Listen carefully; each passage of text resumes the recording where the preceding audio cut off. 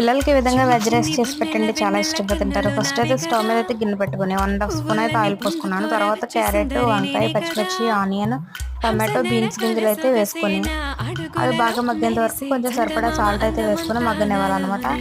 ఇంకా తర్వాత వచ్చేసి అల్లం వెల్లుల్లి తురుముకొని అయితే వేసుకున్నాను. అల్లం వెల్లుల్లి తురుముకొని వేసుకుని కొంచెం పసుపు, అలాగే కొంచెం ధనియాల పొడి, కొంచెం కారం వేసుకుని మూత పెట్టి బాగా మగ్గనిచ్చుకోవాలన్నమాట. ఇవన్నీ కూడా బాగా మగ్గిన తర్వాత ఒక 3 గ్లాసెస్ వాటర్ అయితే నేనైతే ఇందులో పోసుకున్నాను అనమాట. వాటర్ పోసుకున్న తర్వాత సాల్ట్ సరిపోయినందో లేదో మళ్ళీ చూసుకొని సాల్ట్ అయితే వేసుకోవాలన్నమాట.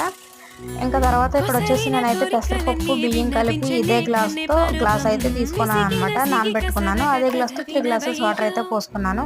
వాటర్ బాగా బాయిల్ అయిన తర్వాత రైస్ పప్పును కూడా అందులో వేసేసి ఇంకా దగ్గరికి అయ్యేంత వరకు కూడా మగ్గించుకోవడం అనమాట. రెసిపీ అయితే చాలా బాగుంటుంది, పిల్లలు అయితే ఇష్టంగా తింటారు. ఖచ్చితంగా ట్రై చేయండి. ఈ వీడియో నచ్చితే లైక్ చేయండి, ఛానల్ సబ్స్క్రైబ్ చేసుకోవడం మర్చిపోవద్దు.